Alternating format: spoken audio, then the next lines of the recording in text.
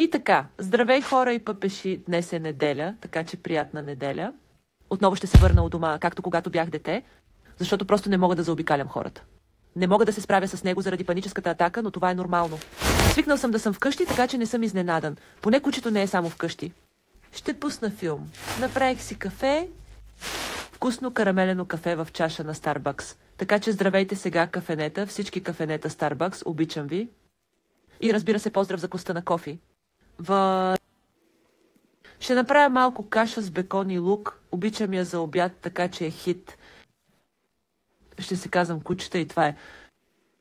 Тя ви обича много, много, много, много, много, много.